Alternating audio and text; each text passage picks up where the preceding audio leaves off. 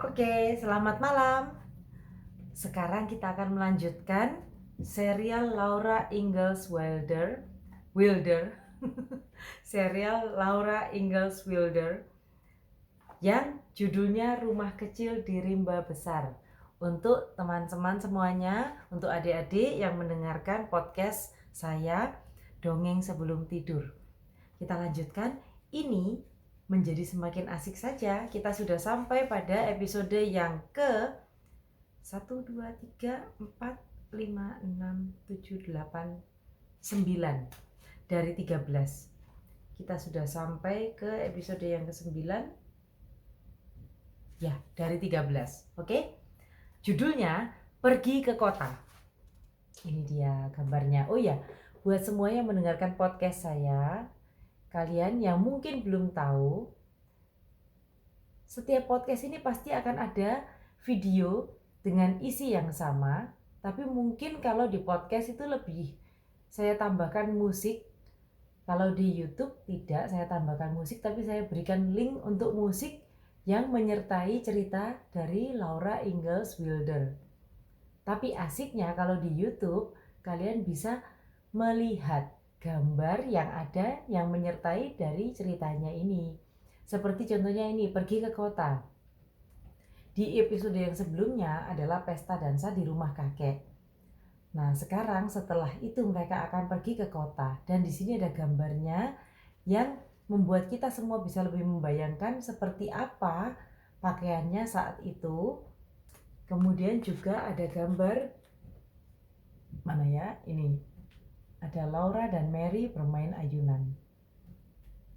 Jadi kita bisa mendengarkan ceritanya sambil melihat gambarnya. Oke, ayo kita dengarkan ya. Kita lanjutkan ceritanya di episode yang ke-9. Sesudah salju gula berhenti turun, musim semi pun tiba. Oh iya, anak-anak sudah siap di posisi masing-masing untuk siap-siap tidur? Kalau belum, saya kasih kesempatan untuk siap-siap tidur. Duduk di posisi masing-masing, mungkin melakukan apa yang diperlukan. Kemudian saya akan mulai membacakan. Sambil gitu jangan lupa YouTube channel saya dengan nama Ellen Anastasia. Kalian bisa subscribe dan pencet tombol lonceng untuk mendapatkan update video-video yang terbaru. Dan ada banyak isinya, bukan hanya dongeng sebelum tidur saja. Kemudian kalian jangan lupa like, share, dan komen karena berbagi itu menyenangkan. Oke, sudah siap semuanya? Kita mulai lagi ya. Pergi ke kota. Sesudah salju gula berhenti turun, musim semi pun tiba. Burung-burung bernyanyi di semak-semak yang mulai berdaun di sepanjang pagar. Rumput mulai menghijau dan hutan penuh dengan bunga-bunga liar. Bunga mentega atau buttercup, bunga ungu atau violet, bunga tudung jari, dan bunga rumput yang berbentuk bintang muncul di mana-mana. Segera setelah hari terasa hangat, Laura dan Mary minta agar diperkenankan berlari-lari dengan kaki telanjang di halaman belakang dan di sekitar tumpuan kayu. Hari berikutnya, mereka boleh lari lebih jauh dan tidak lama kemudian sepatu-sepatu mereka diminyai untuk disimpan. Mereka boleh bermain sepanjang hari penuh tanpa memakai sepatu. Setiap malam, mereka harus membasuh kaki dulu sebelum pergi tidur. Bagian kaki di bawah tepi rok kecoklat-coklatan seperti wajah mereka. Mereka punya rumah-rumahan kecil di bawah kedua pohon oak besar di halaman depan. Rumah-rumahan Mary di bawah pohon milik Mary. Rumah-rumahan Laura di bawah pohon Laura. Rumput hijau di bawah pohon-pohon itu menjadi permadani mereka. Daun-daun pohon yang rapat dan lebat menjadi atapnya. Dari celah-celah daun-daun itu, mereka dapat melihat belahan-belahan kecil langit biru. Pa membuat ayunan dari kulit kayu yang liat dan kuat di sebuah dahan yang rendah di pohon milik Laura. Ayunan itu miliknya. sebab ada di pohonnya. Namun, ia tidak boleh mementingkan diri sendiri dan harus mengizinkan Mary memakai ayunan itu kapan saja Mary menginginkannya. Mary punya sebuah piring kecil yang retak untuk main-mainan. Laura punya sebuah mangkuk indah. Hanya saja bibirnya pecah sedikit. Charlotte dan Nettie serta kedua boneka kayu buatan Pa tinggal bersama mereka di rumah-rumahan itu. Tiap hari mereka membuat topi baru dari daun untuk Charlotte dan untuk Nettie, serta pinggan dan cawan kecil dari daun juga untuk diletakkan di atas meja mereka. Meja itu terbuat dari batu yang permukaannya halus dan datar. Sapi-sapi mereka, Sake dan Rosie, dilepaskan di hutan agar dapat makan rumput liar serta daun segar. Di halaman kandang terdapat 2 anak sapi. Di kandang babi ada 7 ekor anak babi bersama induknya. Tahun lalu, Pa membuka sebidang tanah dari pepohonan yang rapat. Kini Pa membajak tanah di antara tunggul-tunggul pohon, di tempat terbuka dan mulai menanam benih. Kegiatan musim semi yang menyenangkan. Anak-anak bebas bermain, kemudian bebas bertelanjang kaki, main di atas rumput gulung-gulung, seolah-olah rumput itu adalah permadaninya, dan hewan-hewan mulai bebas keluar. Hewan ternak bisa makan rumput, makan makanan yang segar dan menikmati udara segar sama seperti Laura dan Mary dan keluarganya. Menyenangkan sekali, dan juga mulai musim untuk bercocok tanam. Menyenangkan sekali ya. Suatu malam, Pa pulang dari bekerja dan bertanya kepada Laura, "Coba tebak apa yang kulihat hari ini?" Laura tidak dapat menerka. "Waktu aku akan bekerja di ladang pagi ini," kata Pa. Kita jeda sebentar karena ada yang mampir.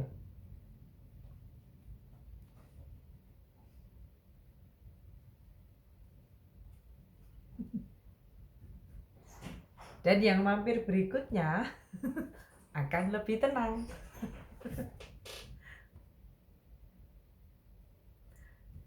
Oke, kita lanjutkan ya. "Coba tebak," katanya Pa. "Apa yang kulihat hari ini?" Laura tidak dapat menerka. "Waktu aku akan bekerja di ladang pagi ini," kata Pa, "kulihat seekor rusa berdiri di tepi ladang." Seekor rusa betina. Pasti kau tidak dapat menerka. Rusa betina itu membawa apa? "Anaknya?" terka Laura dan Mary bersama-sama merapatkan tangan. "Tepat," kata Pa. "Ia membawa anaknya. Manis sekali. Kulitnya lembut, matanya besar, kakinya sangat kecil, tidak lebih besar dari ibu jariku. Kakinya ramping sekali dan moncongnya tampak sangat lembut. Anak rusa itu memandangiku dengan matanya yang besar. Agaknya ia belum pernah bertemu manusia, tidak takut sama sekali." "Oh, Pa, kau tidak menembak anak rusa, bukan?" kata Laura. Tidak akan pernah," kata Pa. "Aku juga tidak akan menembak induk mereka atau bapak mereka. Aku tidak akan berburu lagi kini. Aku harus menunggu hingga anak-anak hewan itu besar semua. Sementara itu, terpaksa kita harus makan tanpa daging segar." Kata Pa, begitu selesai menanam, ia akan mengajak mereka semua ke kota. Laura dan Mary boleh ikut juga. Kini mereka telah cukup besar. Kedua anak itu sangat senang. Hari berikutnya, mereka bermain pura-pura pergi ke kota. Mereka tidak dapat memainkan khayalan itu dengan baik, sebab mereka belum tahu secara pasti seperti apakah kota itu. Mereka hanya tahu bahwa di kota ada toko. Namun, mereka belum pernah melihat toko. Hampir setiap hari setelah Pa memberitahukan rencana pergi ke kota, Charlotte dan Nettie selalu bertanya apakah mereka boleh ikut. Kalian harus tahu ya, bahwa Charlotte dan Nettie adalah boneka. Jadi itu pura-puranya Laura saja ceritanya ya. Oke, kita lanjutkan. Laura dan Mary selalu menjawab dengan berkata, "Tidak sayang, kau tidak boleh ikut tahun ini. Mungkin tahun depan, bila kalian tidak nakal, kalian boleh ikut." Kemudian suatu malam Pa berkata, "Besok pagi kita berangkat ke kota." Malam itu, walaupun bukan hari Sabtu, Ma memandikan Laura dan Mary hingga benar-benar bersih. Ia juga mengeriting rambut mereka. Mula-mula rambut Laura dan Mary dibagi-bagi menjadi beberapa jalur. Jadi rambutnya mulai dirapikan karena besok ke kota. Tiap jalur disisir dengan sisir basah dan digulung pada secarik kain. Kepala mereka jadi penuh gumpalan-gumpalan kecil yang terasa sangat mengganggu ketika dibawa tidur. Keesokan paginya, rambut mereka akan menjadi bergulung-gulung indah. Kalian bisa bayangkan, ini seperti anak-anak kecil waktu diajak pergi ke salon untuk rambutnya digulung-gulung. Mereka begitu gembira sehingga tidak dapat segera tertidur. Malam itu, Ma juga tidak menjahit seperti biasa. Ia mempersiapkan segala sesuatu agar besok pagi dapat sarapan dengan cepat.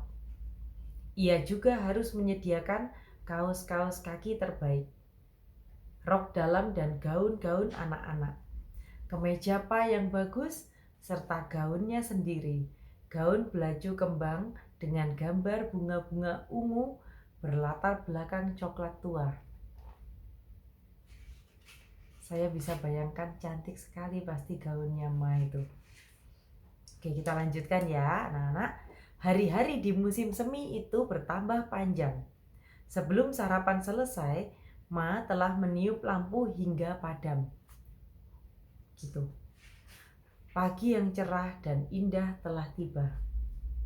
Ma menyuruh Laura dan Mary cepat-cepat menyelesaikan sarapan mereka. Mencuci piring pun dilakukan cepat-cepat. Sementara Ma merapikan tempat tidur, anak-anak memakai kaos kaki dan sepatu. Lalu Ma membantu mereka mengenakan gaun mereka yang terbaik, yaitu belaju biru untuk Mary dan belaju merah tua untuk Laura. Mary mengancingkan kancing belakang gaun Laura. Ma mengancingkan kancing belakang gaun Mary. Ma membuka gulungan-gulungan kecil pada rambut mereka dan menyisirinya menjadi gelombang panjang yang terurai sampai bahu. Rambut Mary berwarna kuning emas, cantik sekali. Rambut Laura berwarna coklat tanah. Selesai merapikan rambut, Ma memasang topi kerudung mereka, mengikat talinya di bawah dagu. Ma menyematkan bros emas di leher bajunya dan memakai topi ketika Pa menggiring kuda-kuda gerobak ke depan pintu pagar. Pa telah memandikan kuda-kuda itu serta menggosok bulu mereka hingga mengkilap. Gerobak juga sudah dibersihkan. Selembar selimut ditutupkan pada tempat duduk di depan. Ma dengan memangku Carrie duduk di depan, di samping Pa. Laura dan Mary duduk pada sebuah papan yang dipasang melintang di belakang. Mereka gembira sekali ketika gerobak mulai berjalan menembus hutan musim semi. Carrie tertawa dan melonjak-lonjak. Ma tersenyum dan Pa bersiul-siul sambil mengendalikan kuda. Matahari cerah dan hangat. Bau yang harum segar terpancar dari tumbuh-tumbuhan di hutan. Sekali-sekali muncul seekor kelinci berdiri menghadang di tengah jalan, kaki depan diangkat, hidungnya mencium-cium udara. Matahari bersinar menembus telinga mereka yang panjang dan tipis. Namun, kelinci-kelinci itu segera lenyap dalam sekejap. Ekor mereka yang putih terlihat sekilas. 2 kali Laura dan Mary melihat rusa mengintip mereka dengan mata hitam dan besar dari balik semak-semak lebat. Jarak ke kota sejauh 11 km. Kota yang mereka tuju bernama Pepin, letaknya di tepi Danau Pepin. Setelah agak lama berjalan, Laura mulai melihat sekilas air membiru di antara pepohonan. Jalan yang tadinya keras kini berganti menjadi jalan berpasir. Roda gerobak terbenam ke dalam pasir dan kuda-kuda terpaksa mengerahkan tenaga untuk menariknya.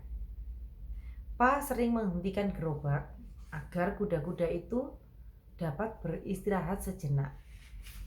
Kemudian, tiba-tiba saja mereka sudah berada di luar hutan. Laura melihat danau. Biru sebiru langit. Luas sekali hingga tepi dunia di sebelah sana. Jadi danaunya terlihat luas sekali hingga ke arah tepi dunia yang di sebelah sana. Sejauh-jauh mata memandang, yang tampak hanya permukaan danau yang biru dan datar. Nun jauh di sana, air dan langit bertemu. Kalian bisa bayangkan saat melihat pantai, saat melihat batas air dan langit yang bertemu itu cantik sekali. Apalagi birunya hampir mirip. Membentuk suatu garis yang warnanya jauh lebih tua. Langit juga terlihat sangat luas di atas kepala mereka. Laura baru tahu bahwa langit bisa seluas itu. Begitu banyak ruang kosong mengelilinginya, sehingga ia merasa dirinya sangat kecil dan ketakutan. Untung di situ ada Pa dan Ma. Tiba-tiba sinar matahari terasa panas. Matahari hampir tepat di atas kepala mereka. Di tengah langit yang luas dan kosong itu. Kalian tahu anak-anak atau teman-teman yang mendengarkan, kalau matahari tepat berada di atas kepala, berarti jamnya itu pas sudah jam 12 siang kan? Jadi kalian bisa bayangkan naik kereta kuda dengan atap terbuka, tapi melihat semua pemandangan yang cantik itu, dan perlahan-lahan mulai kelihatan Danau Pepin karena mereka pergi ke kota Pepin yang terletak dekat dengan Danau Pepin. Kemudian mereka bisa melihat setelah rumput-rumput hijau-hijau hutan rimba, mereka mulai melihat biru. Birunya danau bertemu dengan birunya langit dengan ada garis batas. Pasti cantik sekali dan matahari bersinar cerah. Kesejukan hutan telah tertinggal jauh di belakang. Ini gambarnya. Ya, saya pegang dari sebaliknya kalau begitu. Nah, ini gambarnya agak di bawah.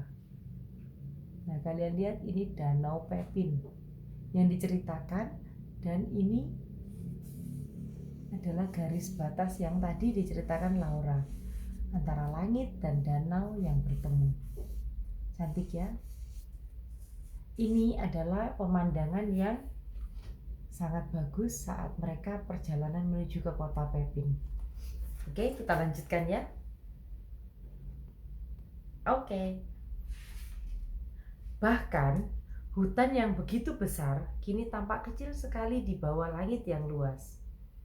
Pa menghentikan kudanya, berpaling untuk menunjuk ke depan dengan cambuknya. Itulah kota Pepin, Laura dan Mary. Laura berdiri di atas gerobak. Pa memegangnya agar tidak terjatuh untuk dapat melihat kota lebih jelas. Terasa sesak napas Laura. Ia tahu bagaimana perasaan Yankee Doodle dalam lagu. Saat ia berkata tidak dapat melihat kota karena tertutup oleh begitu banyak rumah. Tepat di tepi danau itu, berdirilah sebuah bangunan besar. Itulah toko, kata Pa kepada Laura. Toko itu tidak terbuat dari balok kayu. Dindingnya terbuat dari papan-papan yang lebar, berjajar dari atas ke bawah. Halaman sekelilingnya berpasir. Di belakang toko, ini saya akan tunjukkan gambar tokonya. Oke, kalian lihat nih ya. Nah, ini dia. Ini Pa, dan ini Ma. Kemudian ini Mary dan Laura. Sedangkan Carrie digendong oleh Ma. Dan dari sini, Jack ikut. Ini Jack. Mereka bisa melihat toko itu. Dan ini yang diceritakan oleh Laura, bahwa tokonya itu, sebentar kita tunggu fokus. Nah, tokonya itu terbuat dari kayu yang ditata berjajar, panjang-panjang, dan sekelilingnya ini adalah pasir. Nah, ini begitu banyak rumah karena mereka berada di kota. Jadi bukan seperti di hutan rimba atau di desa yang rumahnya di sini ada, di sana ada, dan letaknya agak jarang-jarang. Begitu ya. Di belakang toko, ini kita lanjutkan ya. Di belakang toko terdapat sebuah tempat terbuka, lebih besar daripada ladang Pa di dalam hutan. Di antara tunggul-tunggul kayu berdiri rumah-rumah. Begitu banyak sehingga Laura tidak dapat menghitung jumlahnya. Semua tidak terbuat dari balok kayu, tetapi dari papan. Seperti toko itu. Beda dengan rumahnya Laura yang terbuat dari balok kayu. Jadi maksudnya balok kayu itu ya, kayu yang utuh tapi dibelah. Jadi masih ada sisi cembung-cekungnya. Sedangkan di kota terbuat dari papan, berarti plank, tipis-tipis begitu dan rapi.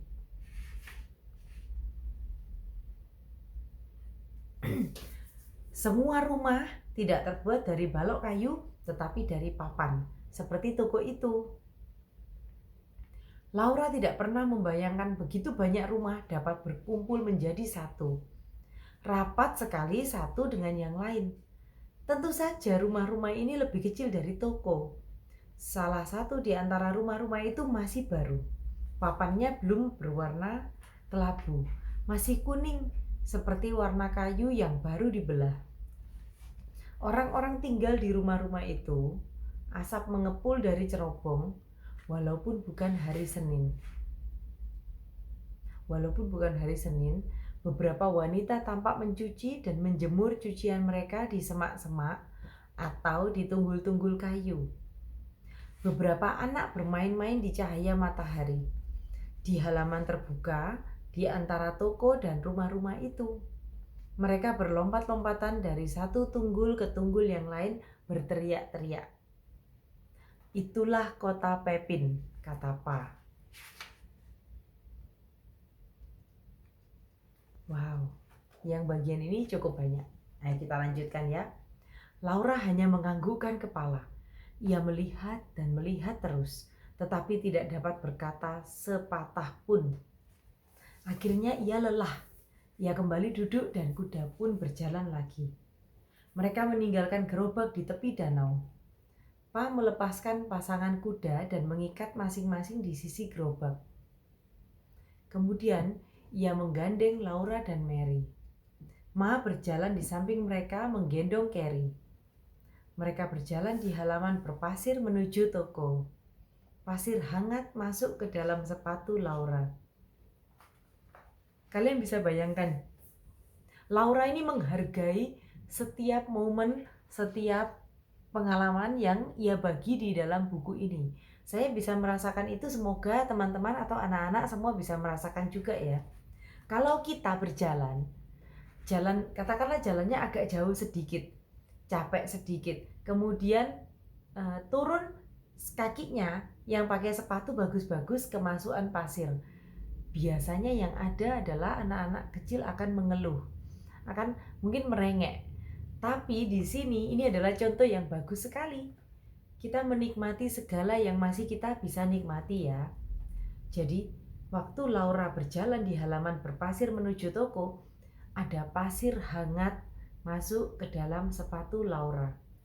Dan di sini tidak diceritakan Laura marah atau bersungut-sungut atau kemudian berhenti berjalan.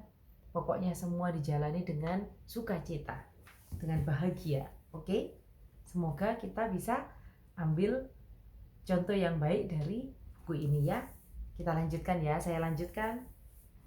Di depan toko ada semacam panggung lebar. Ini yang kalau zaman sekarang kita sebut teras. Pada salah satu ujungnya terdapat tangga dari kayu untuk naik ke atas panggung itu. Dada Laura berdebar-debar begitu keras, sehingga ia hampir tidak dapat melangkahkan kaki untuk naik. Ia gemetar.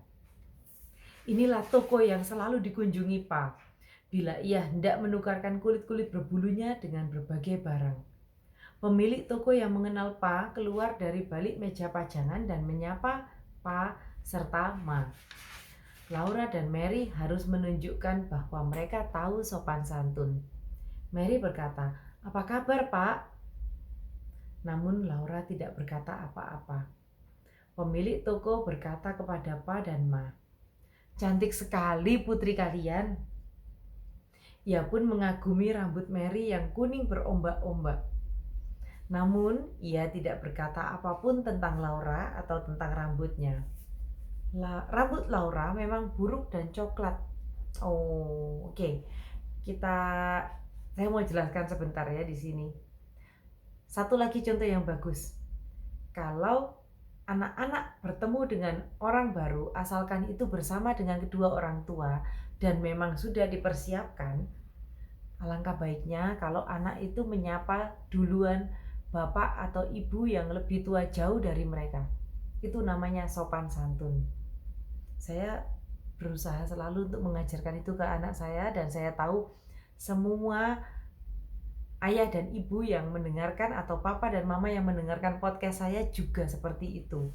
Tapi saya juga tahu bahwa itu perjuangan ya. Untuk hal kecil seperti itu, membuat anak kita menyapa orang baru dengan sopan dan spontan, otomatis tanpa diminta, itu adalah hal yang perjuangan. Tapi percayalah, kalau kita terus melakukan, nanti pasti akan jadinya baik. Dan kalian anak-anak, kalau kalian melakukan itu, coba lihat ini ya. Mary menyapa, "Apa kabar, Pak?" Pemilik toko berkata kembali, "Cantik sekali putri kalian." Dan ia bahkan mengagumi rambutnya Mary. Dan yang pesan kedua saya, Laura berkata rambut Laura memang buruk dan coklat. Nah, ini dia. Laura mungkin belum menyadari sekarang, tapi nanti dia akan tahu bahwa rambutnya itu indah dan kelihatan cantik. Oke, kita lanjutkan ya. Saya lanjutkan. Toko itu penuh dengan barang-barang. Pada satu sisi terdapat rak-rak panjang penuh dengan berbagai kain dari berbagai jenis dan warna. Ada yang merah, biru, merah tua, coklat, dan ungu. Di lantai sepanjang sisi meja panjang terdapat tong-tong berisi paku, peluru, serta ember-ember kayu yang besar berisi kembang gula. Kemudian terdapat berkarung-karung garam dan gula toko. Di tengah ruangan toko terdapat sebuah bajak. Kayunya mengkilap, giginya cemerlang. Kan bajak itu ya untuk menggaruk tanah. Ada kepala kapak dari baja, kepala palu, gergaji, berbagai pisau untuk berburu, pisau untuk menguliti binatang, pisau jagal, dan pisau lipat. Juga ada sepatu besar, sepatu kecil, sepatu boot besar, dan sepatu boot kecil. Ini tokonya lengkap sekali ya. Rasanya diperlukan waktu berminggu-minggu untuk dapat melihat seluruh barang yang ada di dalam toko itu. Laura baru tahu bahwa di dunia ini terdapat begitu banyak barang. Pa dan Ma tawar-menawar, lama sekali. Pemilik toko menurunkan kain-kain belacu kembang gulungan. Pemilik toko menurunkan kain-kain belacu kembang gulungan demi gulungan yang cantik-cantik, menebarkannya di atas meja agar Ma dapat merabanya, melihatnya, serta menawar harganya. Laura dan Mary ikut melihat, namun mereka tidak boleh ikut memegang. Tuh peraturan yang penting ya. Melihat boleh, tapi tidak memegang. Setiap warna baru yang ditunjukkan, setiap pola yang ditebarkan, rasanya lebih indah dari yang mereka lihat sebelumnya. Begitu banyak ragamnya. Laura tidak tahu bagaimana nanti Ma dapat menentukan pilihan. Oke, ini ya foto, ini gambarnya saat Ma melihat-lihat kain di toko tersebut. Kemudian Pa melihat apa ini ya?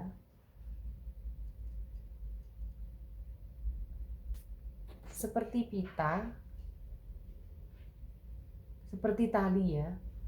Oke. Kemudian Pa memakai topi dan jaket yang bagus. Dan Laura dan Mary juga melihat-lihat. Ini tokonya yang diceritakan tadi ya. Ada garam di sini. Ada ini tong-tong yang besar yang berisi kembang gula. Kemudian ada alat-alat untuk berkebun dan alat untuk di dapur. Kemudian ada kipas. Ada banyak sekali, ada rak-rak di sepanjang atasnya, dan ini ada apa lagi ya di situ, tangga naik. Oke, kita dengarkan lagi ya ceritanya. Nanti mungkin ada keterangan lebih dari itu.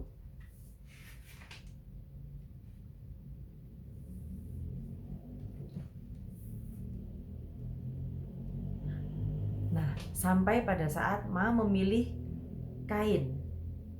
Ma memilih 2 pola kain belacu kembang untuk dijadikan kemeja Pa. Sepotong kain denim coklat untuk jaket, dan beberapa kain putih untuk dibuat pakaian dalam dan spray. Pa membelikan Ma sepotong kain belacu kembang untuk dijadikan celemek. Oh tidak Charles, kata Ma. Ini toh tidak perlu benar. Namun Pa tertawa dan berkata Ma harus memilih pola yang bagus. Kalau tidak, ia akan mengambil yang warnanya merah seperti kalkun dengan gambar berwarna kuning. Ma tersenyum, pipinya merah jambu. Akhirnya ia memilih kain yang berwarna coklat muda dengan gambar sekuntum mawar dengan daunnya. Saya bayangkan cantik sekali itu pasti ya.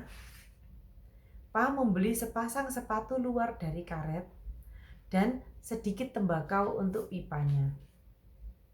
Ma membeli teh serta sebungkus kecil gula toko untuk dihidangkan bila ada tamu. Warna gula itu coklat muda, tidak coklat tua seperti gula maple yang biasa digunakan Ma setiap hari. Setelah semua tukar-menukar selesai, pemilik toko memberi Laura dan Mary masing-masing sebuah kembang gula. Kedua anak itu heran sekali dan juga merasa sangat senang.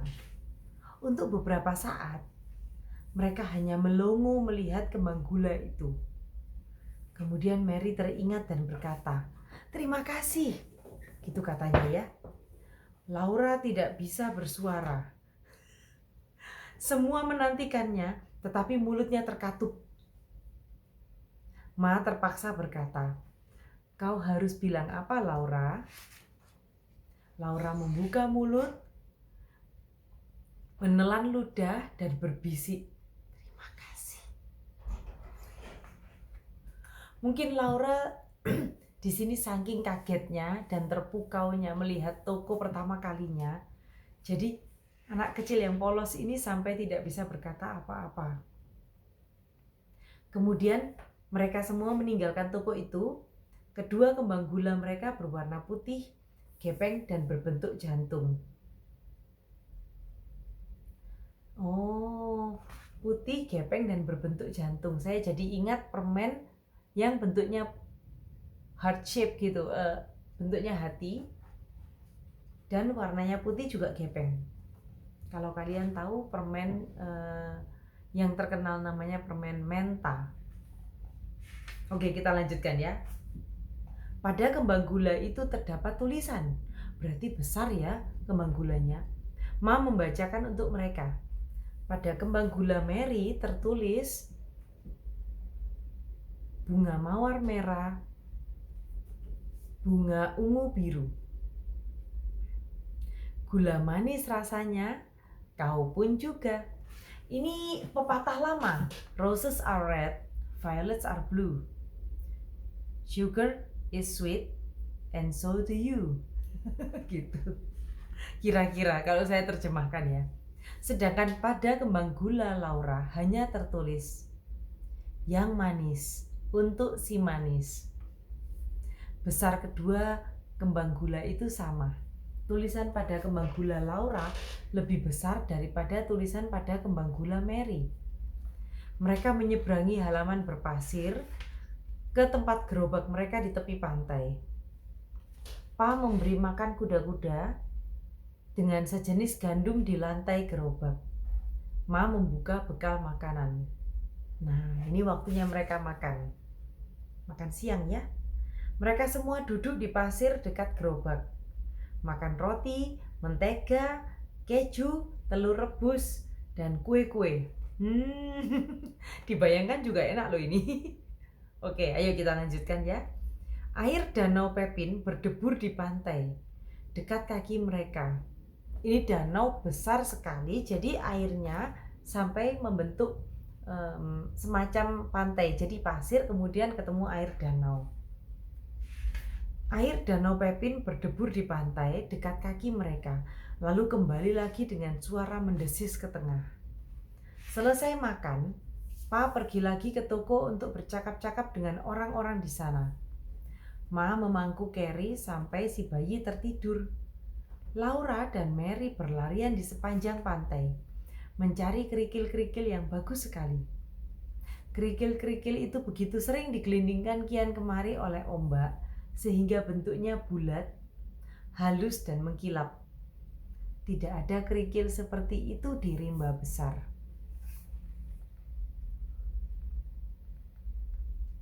Kita lanjutkan ya. Setiap kali Laura menemukan sebutir kerikil yang indah, ia menaruhnya di dalam kantong gaunnya. Begitu banyak yang ditemukannya, sehingga kantong itu sangat penuh. Kemudian terdengar Pa memanggil. Mereka berdua lari ke gerobak. Pa telah memasang kuda dan siap untuk pulang. Laura begitu senang ketika berlari mendapatkan Pa dengan kantong penuh berisi kerikil yang indah.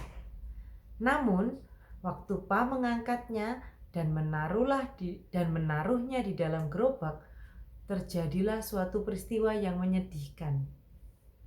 Kerikil yang berat itu membuat kantong Laura robek, terlepas dari gaunnya. Kantong terlepas, kerikil pun jatuh berhamburan. Oh ya, saya ingat cerita ini. Makanya saya merasa waktu membacakan ini ada insiden kok setelah ini. Ya, ini dia ya. Jadi anak kecil seperti Laura melihat kerikil yang cantik-cantik dikumpulkan semua di kantong gaunnya. Tapi waktu diangkat, karena terlalu penuh, kantong gaunnya terlepas dan kerikilnya pun jatuh berhamburan. Jadi usahanya terasa sia-sia. Makanya setelah itu Laura menangis sebab gaun itu adalah gaunnya yang paling bagus. Ma memberikan Carrie kepada Pa dan cepat-cepat memeriksa gaun Laura.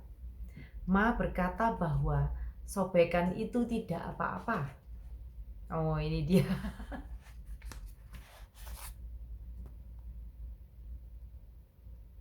Ini dia Laura yang nangis karena gaunnya sobek kantongnya.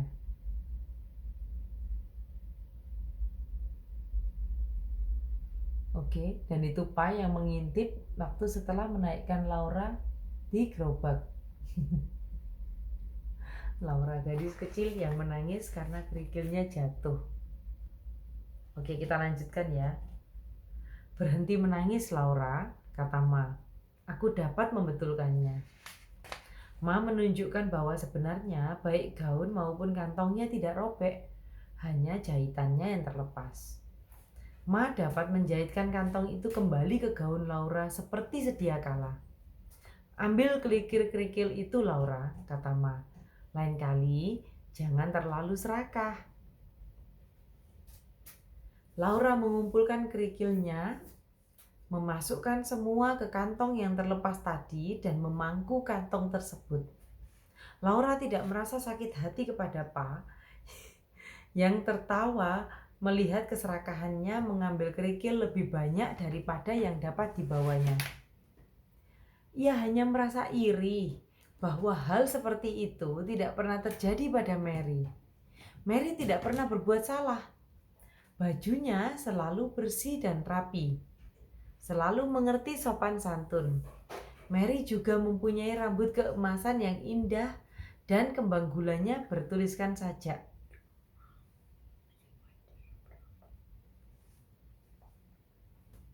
Duduk sini, Ta.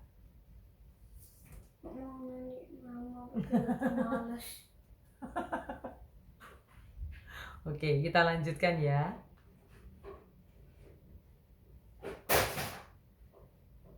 Sampai mana tadi? Oh iya, Laura merasa Mary ini selalu lebih sempurna, lebih cantik, rambutnya lebih cantik, kemudian lebih sopan, lebih mengerti tata krama, kemudian bajunya selalu bersih dan rapi. Mungkin Laura belum melihat saja kualitas dirinya. Pasti makanya dia membandingkan dengan kakaknya. Ini lanjutnya lagi ya. Bahkan Laura juga merasa kembang gulanya Mary kok bertuliskan sajak, sedangkan dia biasa saja. Oke, Mary tampak begitu cantik dan anggun duduk di samping Laura.